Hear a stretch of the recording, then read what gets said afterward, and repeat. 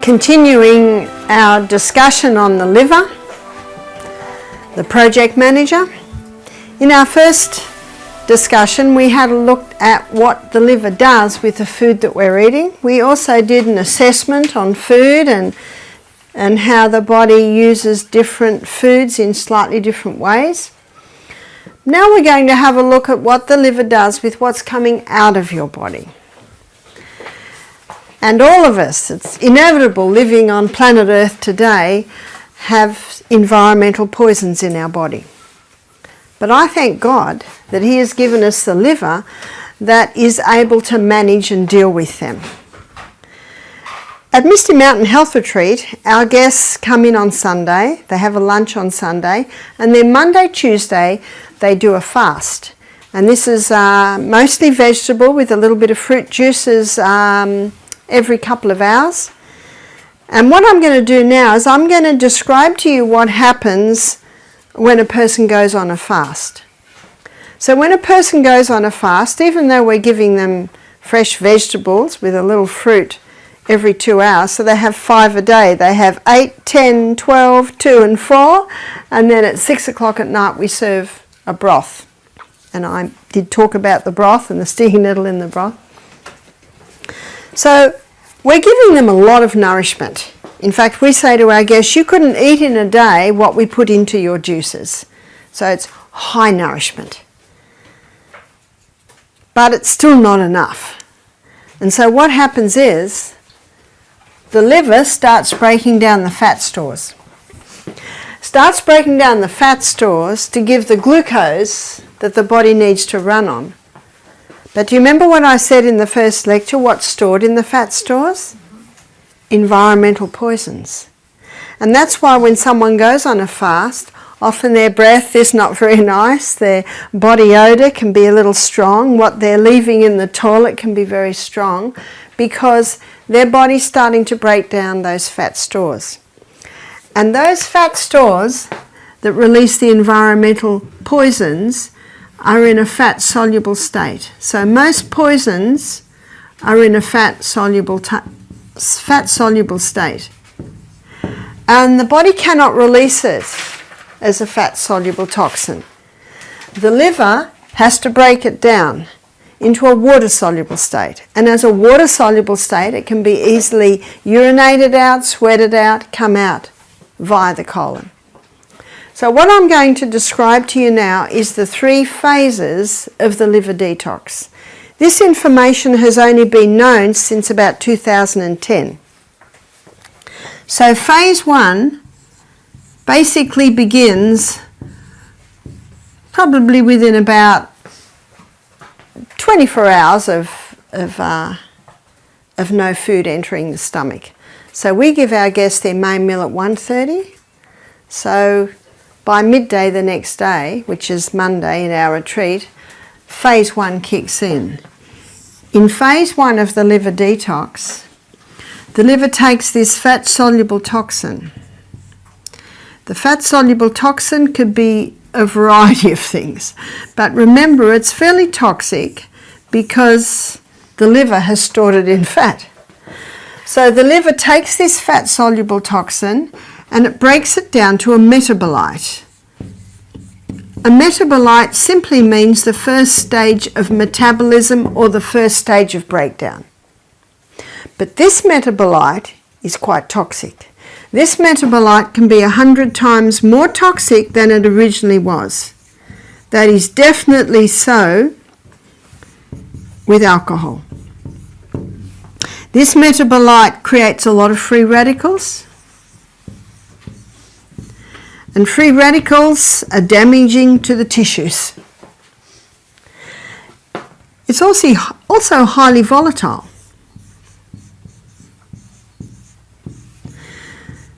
Because of this, your liver has certain needs. So let's discuss the needs that your liver has at this stage. Because this is quite toxic, this metabolite. So the liver needs antioxidants. What's an antioxidant? Antioxidants are very high in electrons. And a free radical is basically an atom missing an electron. And when an atom is missing an electron, it grabs an electron from the next atom. And then that atom grabs one from this. So you've got this chain of free radical action that can be damaging to the tissues. But God, in his wisdom and mercy, gave us plants that have lots of electrons on it. They're called antioxidants.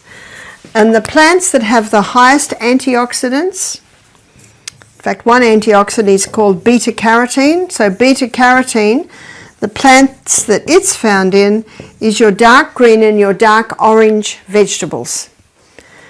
So the majority of juices that we give our guests are 80% carrot, 10% apple and 10% celery. And our celery is very green, like your celery out in the garden. Dark green. 80% carrot, 10% apple, it's usually the Granny Smith, and 10% celery. We have to be careful we don't put too much celery in our juices because our celery is so strong. Do you use the leaves and the... Yes. We use the leaves more than the stems. So that juice is very, very high in beta-carotenes. We also give our guests a shot of green barley every second juice. That's very high in beta-carotenes. Most of our juices that we give our guests are either green or orange or red. So your beets are high in the beta-carotenes. So your beta-carotene is one of the most famous antioxidants. Vitamin C is also very famous. The vitamin C should be the whole C. What do I mean by that? Not just ascorbic acid. Taking ascorbic acid is like getting an envelope in the mail that's empty. When you find ascorbic acid in nature, you'll find it with bioflavonoids. So when you use vitamin C, it should be ascorbic acid with bioflavonoids. So that's your whole C. You've heard of Linnaeus Pauling. He became very famous on his work on vitamin C. It was always the whole C. How do you give that vitamin C? Is it like a tablet or? It's in a powder, and we usually mix it in with the green barley. Yes. What can we do when we don't get to the tablets or powders, but only from the nature? Well, you can get it in nature. In fact, the homegrown vegetables certainly do have it.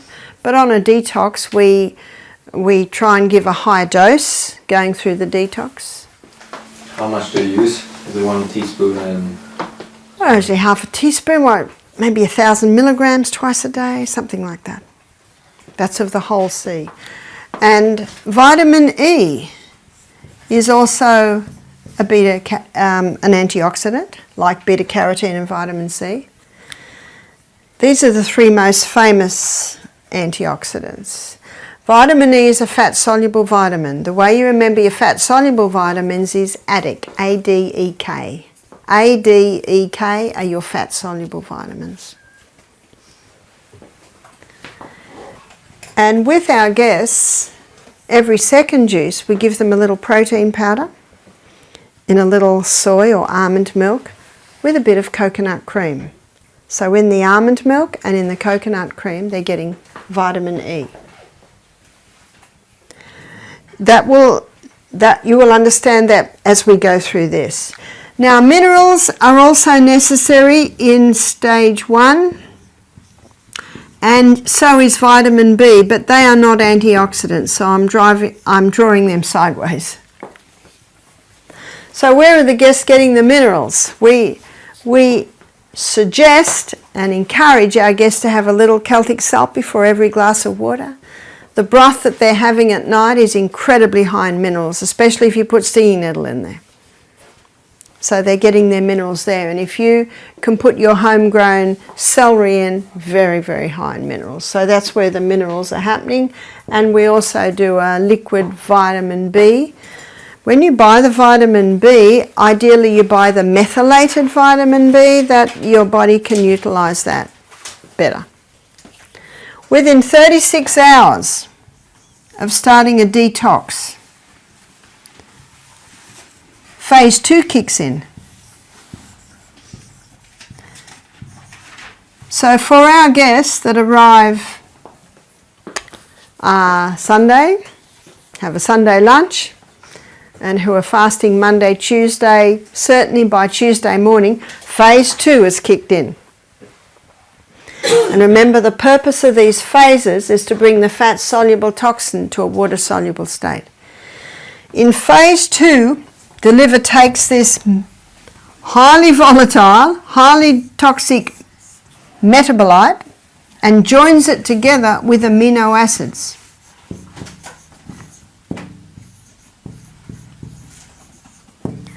The union of the toxic metabolite with the amino acids, like a joining together. The medical term is conjugate. A joining together, that produces the water-soluble state.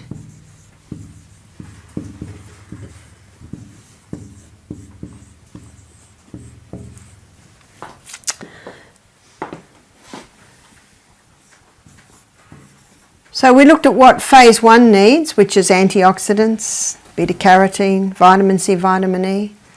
Also helps to have the minerals and the vitamin B. So what does phase 2 need? Phase 2 needs protein. Because protein supplies the amino acids to mop up the toxic metabolites to produce the water-soluble state. How many people take protein on a fast?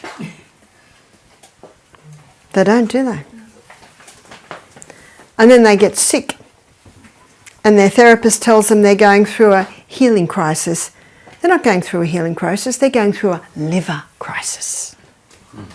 Because if you don't supply the protein within 48 hours of starting a detox, if you don't supply some protein, that person can suffer 25% liver function loss. What happens is the liver starts to break down to supply the protein needed. Whoa, this is important.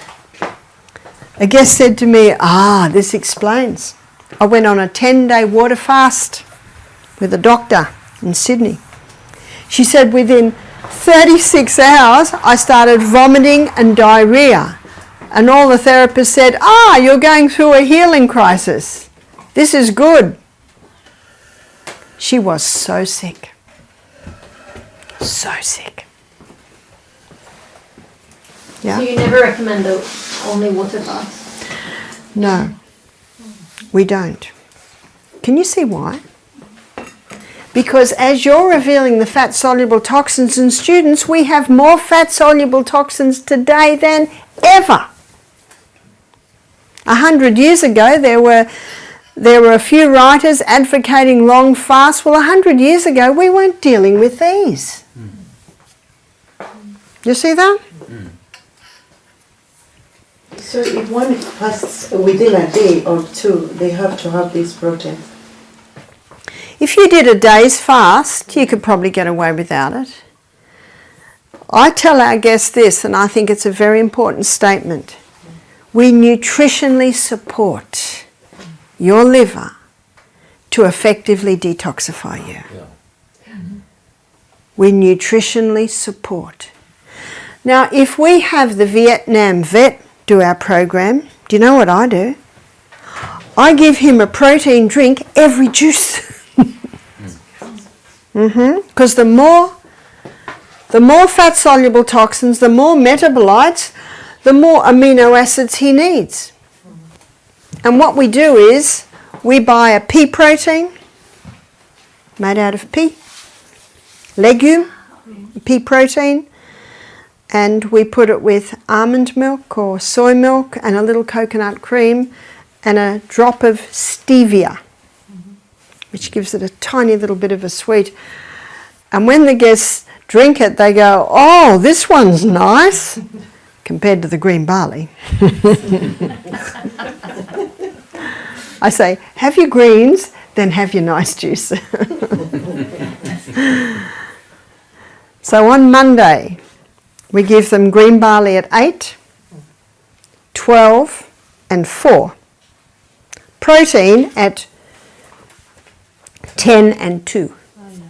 Whereas on Tuesday, we flip it around, because on Tuesday they've gone on to phase 2 of the liver detox. So we give the protein supplement with the juice at 8, 12 and 4, and then the green barley at 10 and 2. And I usually give this lecture on Tuesday morning as they start to go through the 3 phases of the liver detox. When I did my nutrition course, which was about 14 years ago, every single module we studied the 3 phases of the liver detox. As I was lecturing in America one year, a man came up and he said, that's very interesting, but he said, this is not for your lay people, this is for your academics. I said, lay people also have livers.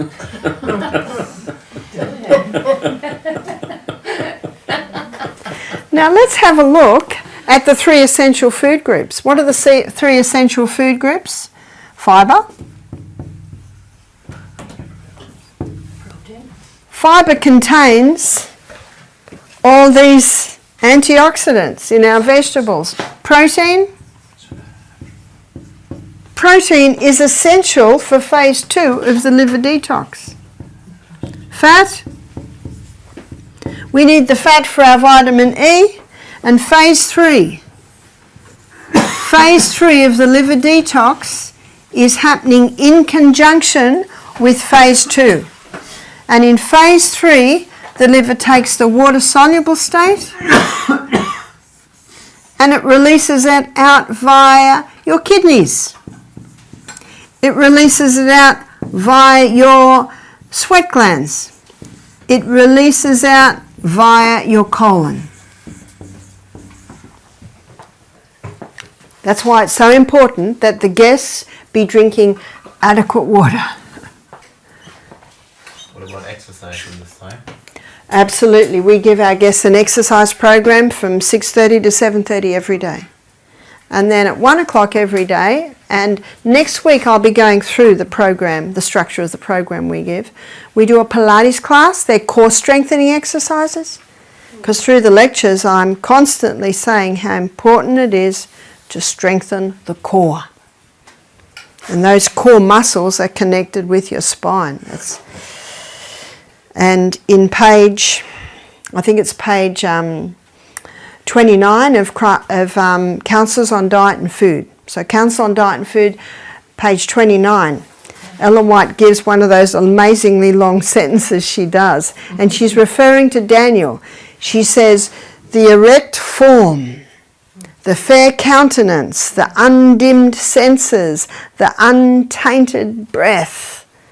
She said, also many certificates of good habits, insignia of the nobility with which nature honours those who are obedient to her laws. Amazing statement. I did a health school in Fiji one year. I had about 100 students. And every day we started with that sentence, and first day we studied the erect form. And we talked much about the core. And then the next day, the fair countenance. So that's what we did for our framework. But the erect form, many people don't think erect form has to do with strong abdominal muscles. Yes? When does one realize that they need this detox liver? What happens to them? When does one realise they need the detox liver? I guess it's hard to say. Anytime. Yeah, our guests come to our retreat to do the 2 days fast.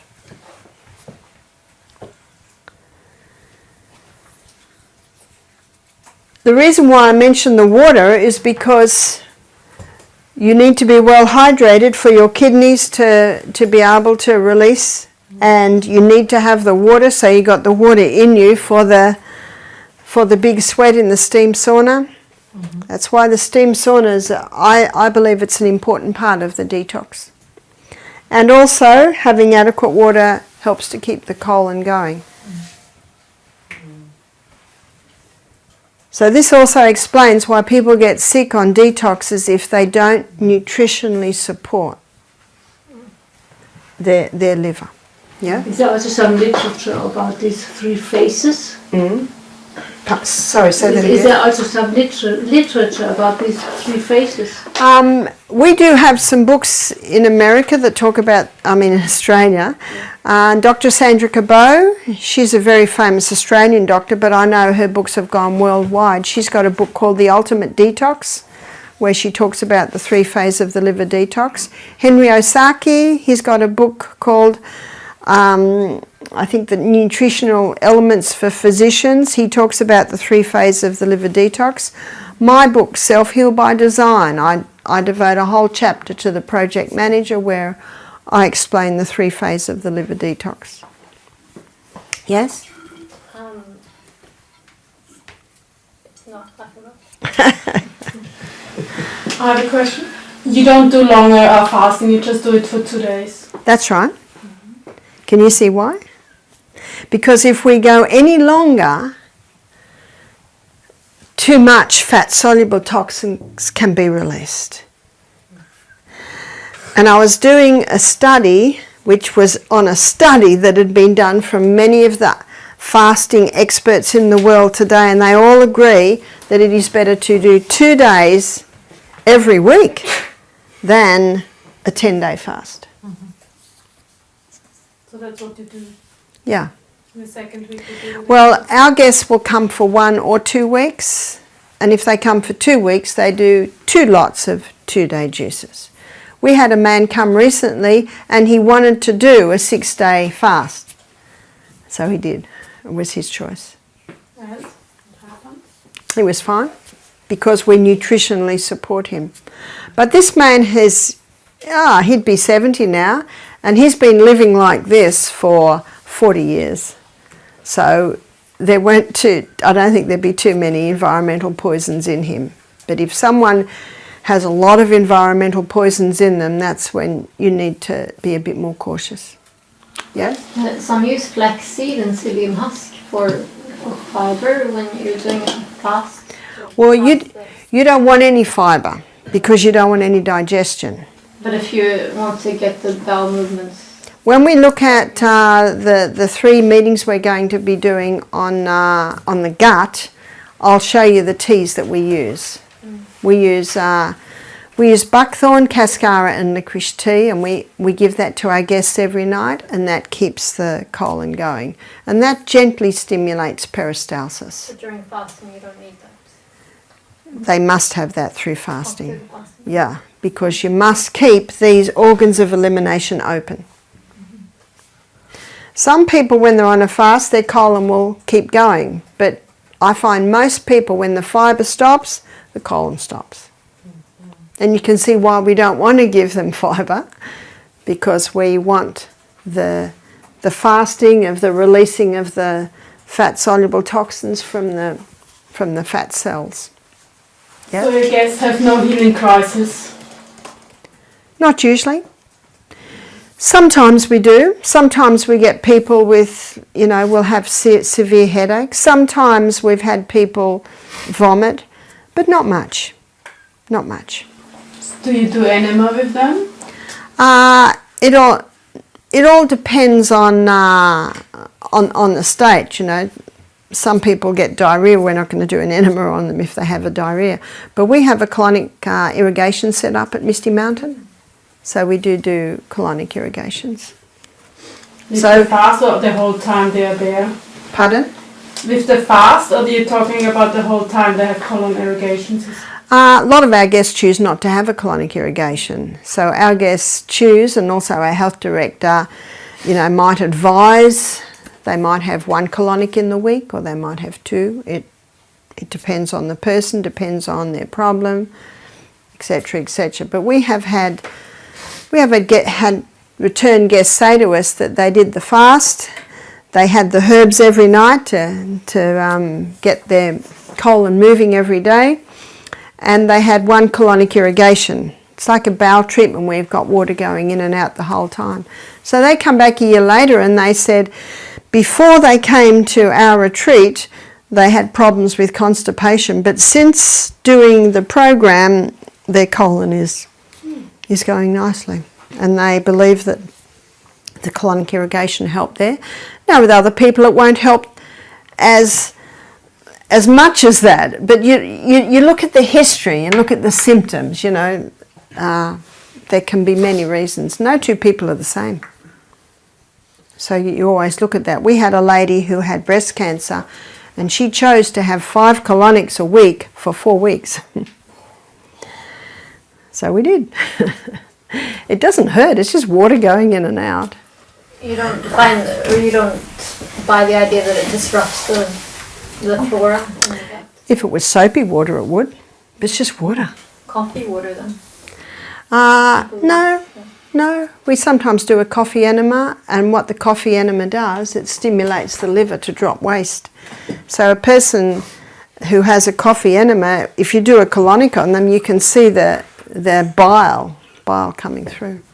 But not everyone chooses that, not everyone wants that, so we certainly go with what the person desires and what they want.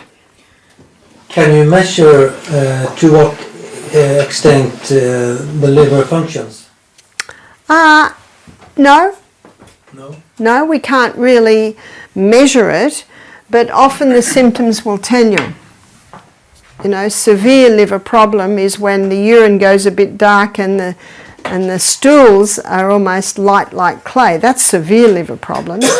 But most people that don't have them that severe come back a little bit, so it's not quite as severe. They get very nauseous, especially when they have any fats. So there are some herbs that you can give people to boost liver function. So let's have a look at the herbs. And remember Psalm 104 verse 14, where the Bible says that God gave herbs for the service of man. And you've probably heard the saying, bitter to the mouth, sweet to the stomach, sweet to the mouth, bitter to the stomach. You can also apply that to liver. Sweet to the mouth, bitter to the liver. Bitter to the mouth, sweet to the liver. So all your bitter herbs are great for the liver. So this is dandelion. And that can be the flower or the stem or the leaf or the root. It all has those bitter properties. Gentian. Gentian's a very bitter herb. It's a root. And St. Mary's thistle. And sometimes that's called milk thistle.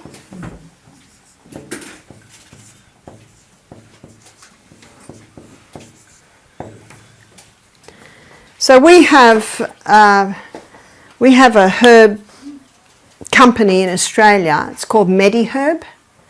And it's a practitioner only one, but you can get tablets, herbal tablets. And they have one herbal tablet that has all these herbs in it. And if we get someone that's got liver pain, gall pain, we get them to suck on those bitter herbs. Very bitter, but it seems to bring relief. Should they not swallow the tablet? Well, if they suck it, they'll access it quicker. That bitter in the mouth. They don't like it, but when they get the relief, they like it. Yeah. Is it the same when drinking, for example, dandelion juice? Some bitter herbs? Yeah. Juice? Yes. Is it the same? Dandelion juice is very bitter. Yeah, that's why. Would it help in the same way? Yes. Yeah. Was the root you should use all that? St. Mary's thistle is the seed, gentian is a root, and dandelion is usually the root. If you made a tea out of that, it's very hard to drink because it's so bitter. Yeah? Maybe you mentioned it, but I didn't hear it. But the needs for phase 3, that is fats. Yeah, well, the phase 3, its needs aren't as great as these ones, because once that water-soluble toxin's there, it basically flows out. But the beauty of the fats is it keeps the membrane supple. But what about artichoke? Yes, artichoke. Artichoke's a good one.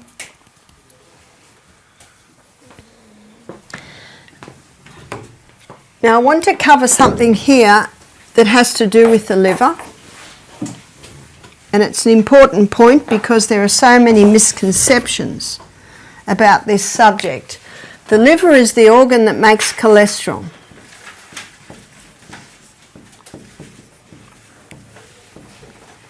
And we've been told that cholesterol is public enemy number one, am I right? We've been told that cholesterol causes heart disease, is that right?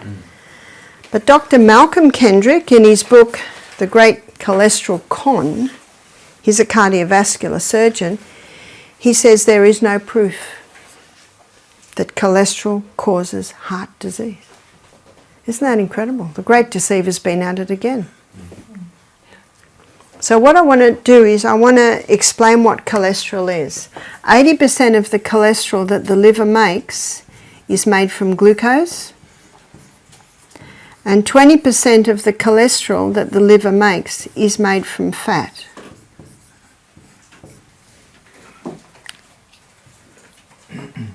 And the liver makes cholesterol according to the body's demands. The two main cholesterols are high density lipoprotein and low density lipoprotein. And we've been told that high density lipoprotein is the good cholesterol and low density lipoprotein is the bad. Yep. But the body doesn't make bad things. It has a role. So the reason why high density lipoprotein is being called the good cholesterol is because it is the carrier. And it is the carrier of excess cholesterol back to the liver. Whereas LDL, its role in the body is that of a repairer and a rebuilder.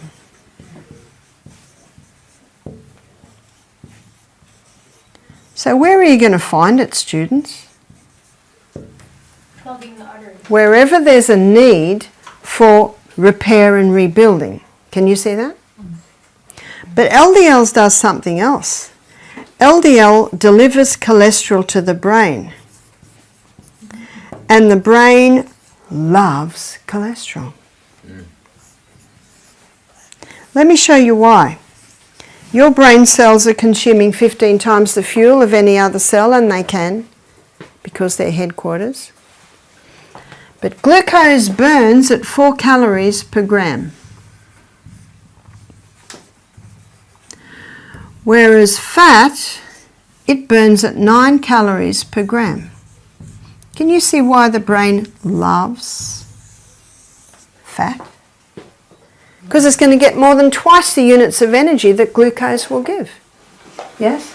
So the brain, does it both use HDL and LDL cholesterol?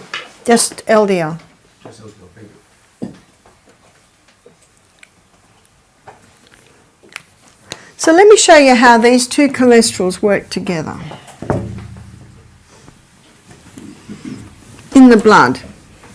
So we're going to have a look at the blood vessel and see how it works. So here's the blood vessel. And because of its low density, LDL is always on the edge. Because of its high density, HDL is in the middle. In her book, Who Switched Off My Brain, Dr. Natasha Campbell McBride, she spends the first 3 chapters looking at all the environmental poisons that damage the endothelium cells that line the arteries. So environmental poisons, they're coming at us from every side. They're in our laundry detergent. If you can't find a biodegradable laundry detergent, use sodium bicarbonate. That's cheap. That's easy, isn't it? So for what do you use it now? For Washing the clothes. just for the detergent? We had a man do our program who had orange curly hair, lots of it, big orange beard. He said, I use sodium bicarbonate for everything. I wash my hair, I wash my beard, I wash my clothes, I wash my body with sodium bicarbonate. Wash my teeth with sodium bicarbonate. Do you know in the old days, they'd go down to the river and wash their clothes. Do you know what they washed their clothes with? Water. They'd scrub it and beat it and scrub it, put it on the line, beautiful white clothes, smelling beautiful. The sun has purified it. We seem to have this mentality, we've got to scrub and clean everything with all this foam. It's all chemicals. And when we wear those clothes, there's residue of those chemicals in those clothes, and our skin takes it in. These environmental poisons are coming from everywhere. What you're putting on your skin, your clothes, the fabrics that your clothes are made from. The polyesters, the acrylics and the nylons. Those little chemicals are coming in, they get into the blood and they damage the arterial wall. Chemicals on the food, chemicals in the air. They're everywhere, they're everywhere. Mercury fillings, the mercury. Mould in the house, it can damage, it can damage. So what's going to plug up the hole, student? LDL. It's plugging up the holes. But the problem is the people don't realise what the laundry detergent's doing to them. They don't realise that their potatoes have been grown with Roundup. They don't realise these things because there is a great deceiver out there who's deceiving the whole world. And so what's happening is the damage continues. What's happening in the artery? High blood pressure. What's happening is the arteries are getting clogged. Something else is happening. There are little protein molecules floating through our blood. And on this high carbohydrate diet releasing high glucose into the blood, this high glucose grabs onto the protein molecules and becomes sticky and stick on the wall. And from now and then they move. And oh dear, stuck. That's the number one cause of a stroke, and it's the number one cause of heart disease. So can you see that someone can have a heart attack who's a vegetarian on a high carbohydrate diet, who's using lots of chemicals to wash their clothes and wash their dishes and wash their car and wash their hair, and one says, how could they have had a heart attack? So I didn't get the last part. How was it with the proteins? In your blood you've got little protein molecules, and on a high carbohydrate, high sugar diet, there's too much glucose in the blood. And so what it does, it connects with the protein molecules and becomes sticky. So that's also contributing to the build-up, and they dislodge and get stuck. So that's after the glucose has been stored everywhere and in the fat. Well, you've still got it in the blood, yeah. And if you've got insulin resistance on the cell, then the glucose is staying in the blood. It's got nowhere to go. So it comes out in the urine. That's called diabetes mellitus, is sweet urine. Body's got to do something with it. To blame cholesterol for heart disease is like blaming the fire trucks for the fire. It's only doing its job. Yeah?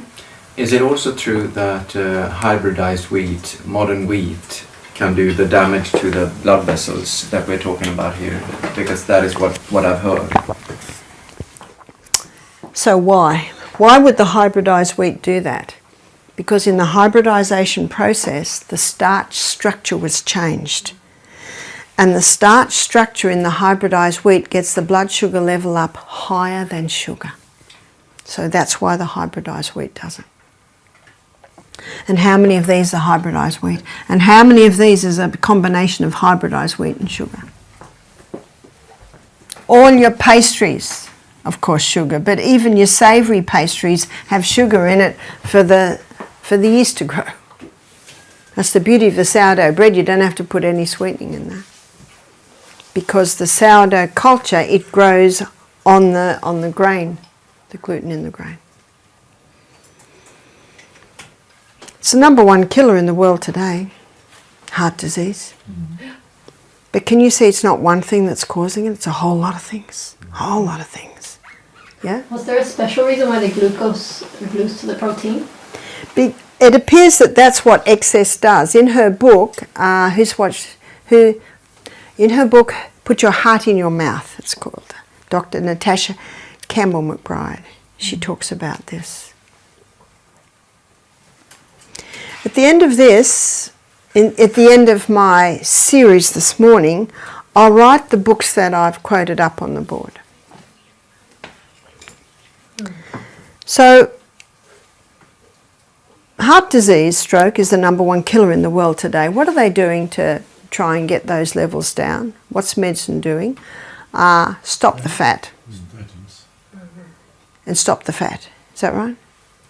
Stop the fat. Where did this come from? 1953? Ansel Keys in Minneapolis. He first put forward that it's saturated fat that's causing heart disease.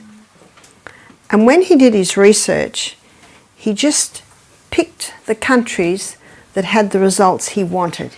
He had to eliminate the Zulus. You see, they live on blood, meat, and milk. Zero heart disease. Mind you, they don't live long and they have other problems, but they don't die of heart attacks. So it can't be the fat. And he had to eliminate the French and the Norwegians that love their dairy because they didn't have as high a rate of heart disease. So you can see what Ansel Keys did. He just picked the countries that appeared to support his theory. But the fact is, it's not the butter on the bread, it's the bread under the butter. It's not the olive oil on the pasta, it's the pasta under the olive oil. Fat's been shot because of who it hangs around with. So what the authorities have done, they've put everyone on a fat-free diet, low fat, yeah? What does God say about that? Have you ever done a Bible study on olive oil in the Bible? He used a lot of olive oil. Especially go to the story of Elijah. And what did God do every night in the widow's cruse? He put olive oil in it. Who put the oil there? God did. What's God saying about olive oil? No, I don't think he put a litre of olive oil in there. Just a little. It's a concentrated food. You don't need much. But you do need it, yes? But our problem nowadays is that we just eat too much of that, the same as we eat too much of the carbohydrates, so we eat too much of fat. So that's the problem. Yeah, but what fats? And I think that's just a question of moderation. But so the question is, what fats? I don't know anyone that drinks half a cup of olive oil, do you? Actually, No? if you cook that up with the oil, then maybe this will be half. I don't cook with oil.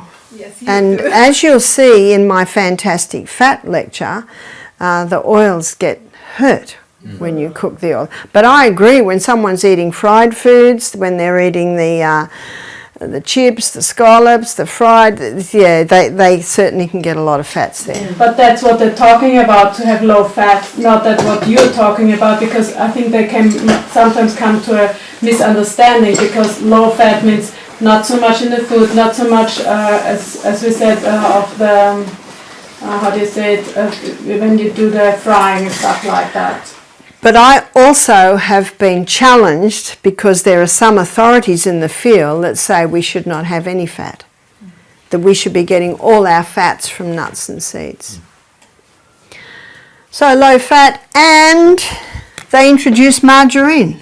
They said, stop eating butter, you've got to start eating margarine. Margarine is a plastic fat, it's an altered fat, it's a dangerous fat, and the body doesn't recognise it. So with the low-fat diet and the margarine instead of butter, has that reduced heart disease? Made absolutely no difference. If anything, cancer rates are coming up almost equal to heart disease since the margarine has been brought in. Okay, we've got another one to reduce heart disease. They've lowered the levels. What do I mean by that? I had the privilege of working with a nutritionist who was trained in university in America 40 years ago. Now, I'm not sure how your standards are, but in America, 30 years ago, 300 and under was deemed perfectly normal. They've lowered the levels. You have to be under 190 now. What would that be? And I just know American and Australian. So Australian, 300 would be about 7.5. 190 would be about 5. They're ridiculous levels. Is that the LDL cholesterol specifically, or The whole cholesterol. So if someone rings me up or emails me from America and says, Barbara, my cholesterol levels are 250, the doctor says if I don't go on the cholesterol lowering medication, what's this based on? Fear. I'm going to have a heart attack and die. I said, that's perfectly normal. 265 is perfectly normal. The Framingham Heart Studies. This is a little town of Framingham. The studies have been going for about 40 years, looking at 30,000 people. Some come on, some go. And they set up this study to prove that cholesterol causes heart disease, but it has not. People with low cholesterol levels are having heart attacks. But you know what it did show? People with low cholesterol levels are in just as much a danger, and even more danger of getting mental problems. Mm-hmm. People with high cholesterol levels don't suffer from dementia. Mm-hmm. Because the brain loves what? Fat, cholesterol, yeah. Oh, I like this study because it wasn't funded by the pharmaceutical companies, it wasn't funded by the dairy industry, the meat industry, the wheat industry. So you don't hear much about that because they don't like the results. So they've lowered the levels. What else have they done to reduce heart disease? Put everyone over the age of 50 on cholesterol lowering medication.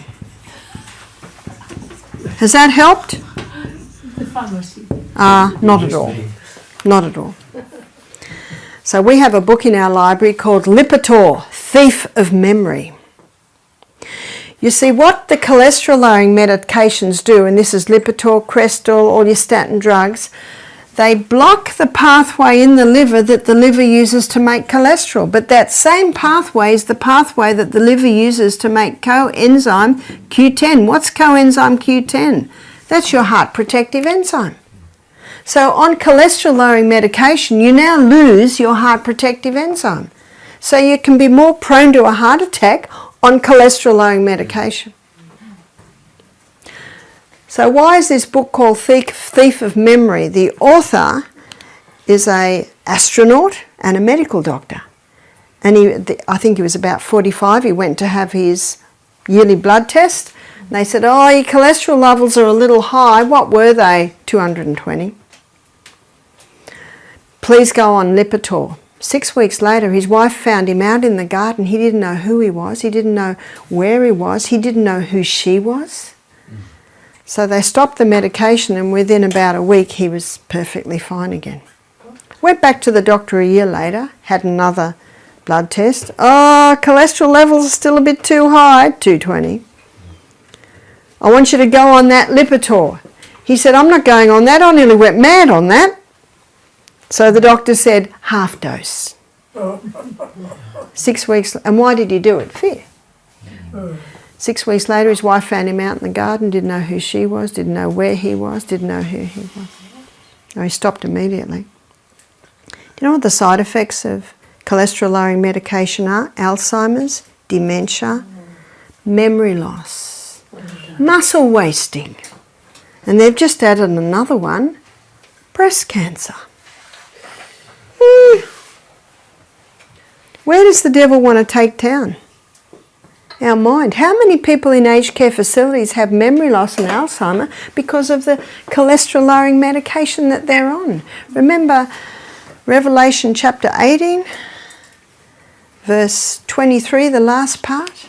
Her merchants were the great men of the earth who deceived all nations by her pharmakeas, her medications. Yeah. So is this one medication that you don't advise caution with when you have guests, to go slow to get off of it? Well, there is a side effect. If you stop the cholesterol lowering medication, your memory will return. You can be on it for 10 years, stop it immediately, and you'll start to get over it. Yeah? There was a woman in Sweden, maybe 10, 15 years, who received medicine, and she lost memory for those 10 good years. And I think she stopped using, and she regained her memory. That's right. We have seen that again and again. And she talked about the time she had lost with it. Oh yes, yeah. That great deceiver, geez. But why do people take it? For fear. So the only hope of better things is educating people in the right principles. Let the physicians teach the people the restorative power lies not in drugs, but in nature. And remember, if a drug doesn't have a side effect, it's not a drug.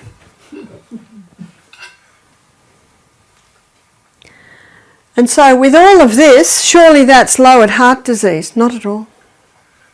Not at all. We're diagnosing in Australia 1,700 cases of dementia, Alzheimer's every week. That great deceiver is taking down the minds of people. I've never had a cholesterol test. I don't even know what it is. I'm just not really interested to know. Yeah. My doctor kept on nagging me about my cholesterol, and 3 years back she said, you need a medication. I think this medication is almost everyone in Sweden. Statins. That's right, the statins. Yeah. And then she gave me that medicine. I didn't buy it. And then the next visit she asked me, are you taking this medicine? I said no. And then she did not question, because she know me. We've know each other for more than 10 years. But she wrote in my journal that the patient doesn't want the medication. Yeah, that is good. But you know, a lady told me yesterday that she refused the medication and her doctor called her a witch. Now, we should never go back to that doctor. And you know what else? Do not pay the bill. You see, it's us who will change the system. And I met an Adventist specialist, heart specialist, and I discussed it with him. He's a Swede, and he practiced in US too. And he said, send me your about this cholesterol. And I did it, and then he responded, and then he said, don't listen to your doctor. Well, it's I told my wife not to take the statins because I said she eats very little meat, sometimes chicken, sometimes fish, and it must be her natural values. Well, and then we had listened to your and you said, do you know what Dr. Atkins found? What are his patients eating? Meat, butter, cream, cheese, eggs, and their cholesterol levels are going down. This is something that shocked him, because he's a medical doctor. You see, it's not the food, it's the damage to the arterial walls that causes the liver to make more cholesterol to plug up the holes. So what causes heart disease, students? Damage to the arterial walls. We've got to put our magnifying glass and start reading the fine print on what we're washing our clothes with. Start to read the labels on the clothes that we buy. All of these little things, all of these little chemicals, like the dripping tap on a stone, come into our blood and little by little are eating away at our arterial walls. Yeah? Many clothes from cotton have 5% elastan. Yes. Many clothes from cotton have 5% elastan. That does not bother me. Because if my stockings didn't have that, they'd be falling down around my ankles. So a little bit doesn't bother me as long as it is mostly natural fibre. But if Atkins didn't have the vegetables still, that diet with meat, dairy, cream and cheese, it would cause some damage to the arterial wall, right? Maybe so, especially if it was animals that have chemicals in them. Yeah. Because it's the chemicals. And he maybe was doing this diet before the worst of the chemicals and the sickness. That's quite possible. That's quite possible. Yes, I do not advocate the Dr. Atkins diet. Oh. What interests me is his science, because his science is correct, which is the science that I have showed you today. But it is an interesting point that none of his patients died of heart disease. And yet if the saturated fats, the animal products were causing heart disease, then they would. But as Julia says, that it's the state of the cows. Remember the healthiest couple that came to our program were the meat, organic dairy producers? Do you know what they said to me? When our milk goes to the factories, they have to totally wash everything before the organic milk goes in. And I am not interested in drinking organic milk, but it's just interesting to know, why were this couple so healthy? Because they ate all organic, they had no chemical fibres, they had no chemicals on their property, they had no chemicals in their home. And sometimes I think these chemicals are the hidden enemy that people aren't realising. We've been deceived. We've been greatly deceived. And remember what I also said, they've got a big problem today in the rubbish or the landfill, that the chemical fabrics aren't breaking down. It's 50 years later and they're not breaking down. And those poisons can go into the soil. A friend of mine is an organic herb grower, and she went to the tip, we call it the tip, is that what you call it? And she got some carpet to put in the rows to keep the weeds down between where she grows her herbs. And every year her soil is tested, and they tested her soil that it had chemicals in it, and she lost her organic status. And it came out of the carpet. So even carpets, we have to be careful in every area, yeah? I have a question related to liver cleansing. So the process you have mentioned now so far is the liver will cleanse as part of a fasting process. That's right. But there are certain, at least two methods I know of, that focuses on just liver cleansing without doing the fasting. Yes. Could you comment on doing liver cleansing without doing fasting? Well, most liver cleansing is done in conjunction with fasting, and it can be done without the fasting, but it is advised that we do.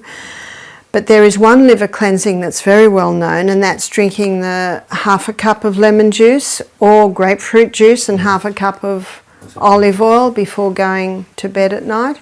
So what happens and why that does cleanse the gallbladder, it's really the gallbladder, so much oil comes in that the gallbladder goes almost into a crisis and spits out a huge amount of bile to cope with this huge amount of oil, and in the process it's spitting out the stones. Basically that's the theory, and it has been used for a couple of thousand years. So that's one, and it is also advised to have apple juice the week before to help break down the stones because of the malic acid in apples. But all the modern apples don't have malic acid in them. So the only apples that would give you the malic acid to help break the stones down would be from old trees. And if you buy an old orchard and you prune it heavily and manure it well or compost it well, in 2 years you can get some beautiful fruit. So that is one method. It's very important too that the next day that the person takes something for their bowels to move, and they know when the stones have come out because they can hear clunk clunk in the toilet. And of course there's a word of caution often from the fasting authorities or those that suggest this, that if it's a large stone it could get caught in the bile duct, and that can cause quite a lot of pain. But in the people I know that have done it, they've done it quite successfully. And then some people gather it all. They gather their feces to check, and there are all these little green jelly type things. Do you know it's really just the combination of the olive oil and the bile produces those little green things, and they think they've lost a lot of stones, but actually they haven't. A stone is just like a stone out there. It's exactly what it's described. In my book Self-Heal by Design, I do describe a gentler liver or gore cleanse, and that goes over 5 days, and you don't necessarily have to be fasting. Maybe 2% of our guests choose to do this, so we don't do it every program. And not everyone wants to do it, but it's over 5 days. And it's something like, I think, a tablespoon of olive oil, a tablespoon of, and one of my books is here, and feel free to photocopy it out of the book. Tablespoon of olive oil, tablespoon of either lemon juice or grapefruit juice, and one clove of garlic, and that's blended. And they take that in the morning. Second day, you double the dose. Third day, you triple the dose. Fourth day, it's double the original dose. And fifth day, it's the original dose. So can you see it builds up and then builds down. So it's a little gentler on the liver. Yeah? We could also help with a big gallstone, which is about 3 centimeters long and 1 centimeter thick. So with a big gallstone, what the person can do is wear castor oil compresses, and that's under the right rib. That's where you live. So you would probably want to wear that for about 3 months at least before you consider doing the gall cleanse. What about the hot water flush? What's the hot water flush? I think it's called hot. It's also a kind of detox that you add a spoon of salt in the lukewarm water and you drink it. Okay, so what that is the seawater flush. And there's one retreat that I worked at that used to do that. And you have 2 litres, 1/3 is pure seawater, 1/3 is hot water, and 1/3 is plain water. And the guests are to drink that 2 litres in 10 minutes, and that can certainly get the colon going. We decided not to do that at our health retreat because too many times I saw people vomit it up. Sometimes I saw people not make the toilet, very uncomfortable and very embarrassing. Maybe for 80% of people they seem to handle it. I think it's a little extreme, though some people like it, but we don't use that. But it's no harm to do it? There's no harm. Okay. No. Yes? Just a comment to the apple and grapefruit and olive oil liver cleanse that we were discussing. It's important to do an enema at the end of it, I think, because you have to get rid of the poisons that are released from the liver and from the gallbladder. And if you don't do an enema, there's a risk that they will remain in the body. Well, what they do at the retreat I used to attend, they would do the seawater. And that releases it. We do our colon tea, we call it, and that releases it. So there are various ways that you can. And the retreat that I went to that I attended for a while, who had the seawater, they've got 30 guests. It's just impossible to give 30 guests an enema. And some guests are not interested in having such a thing, especially a fine lady from a fine house in the city, but they'll drink the mixtures. Yes? One other very interesting thing is that the liver is responsible for repairing a lot of parts in the body, and I connect that with Gerson therapy and the documentation of different diseases that have been taken care of by this treatment. That's true. Dr. Gerson had some amazing effects, and he certainly did target the liver. The liver had to be supported. And some of the things I don't totally agree with Gerson, and one is that you had to take liver essence, which was the liver from a cow. Also, today, with so many people having problem with the high sugars, you had to have something like 13 glasses of carrot juice a day. And we find that if someone has got cancer, that just gets the sugar levels up too high. So Gerson certainly played a role at the time. I think Gerson was something like late 1800s, is that right? I know his daughter Charlotte Gerson, she's probably about 90 now. He died 58, I think. 58, Yeah. okay, yep. Charlotte Garson. Yeah. Just a few years ago. Yeah, okay. She was Okay. 90 something. Yeah, she has already passed, and she's allowed to at that age. So what was good that he did? Well, he was getting results, that is true, and he supported the liver, and he put people on juice fasts. What was interesting was he found that with his cancer patients, if they had sprouts, then they stopped repairing so quickly. And what he put it down to was that in the sprouts, and this is not Brussels sprouts, these are like bean sprouts, he found that in the sprouts there was a little chemical in there that the plant releases to protect bugs from eating the new shoots from the sprout. But from what we know now, that there are many sprouts, especially the ones you buy, that can have mould in them. What's the name of the chemical? I can't tell you. Okay, yes. Okay. So one of the methods Gerson is working with is coffee enema. So can you please comment on that Can I method? please? Because coffee is not good for drinking. But Well, the good news is it's no good that way, but it's okay the other way. Why? Why? Because when coffee goes into the colon, the portal vein picks it up immediately, takes it to the liver, and it causes a reaction in the liver to throw off waste. And so it works totally different the other way. And Max Gerson, in his book, he gives a story about, I think it was in the First World War, there were big tents, makeshift hospitals, and the nurses had to give enemas to a lot of the patients because the medication was constipating them so much, and they'd run out of water. And one nurse said, "Look, we've got a lot of coffee left over. Let's just give them coffee enemas," because they'd run out of water.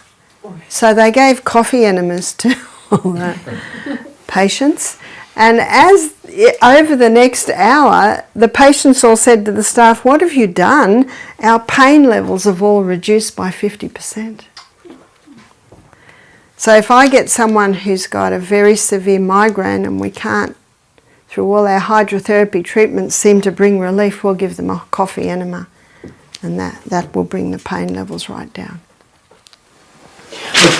Sorry. There are examples of very interesting results. It was one patient that had emphysema, I think the name is, and he had only 30% of lung, what do you call it? Capacity. Yeah, left. So he went on this therapy, and after some months treating himself at home, he regained 30 or 40% of lung capacity. It was destroyed before, and the doctor said that you will live 1 or maybe 2 years more, and he could not understand how this could. It is a miracle. It is a miracle for that to happen. That is certainly true, because once the alveoli are dead in the lungs, they cannot regrow. You would ask yourself, what is the liver really responsible of doing? Can it repair a lot of more stuff than we know now, or? It's quite possible. Yeah. This human body is an amazing piece of machinery. Yeah. Exactly. So students, look after your liver.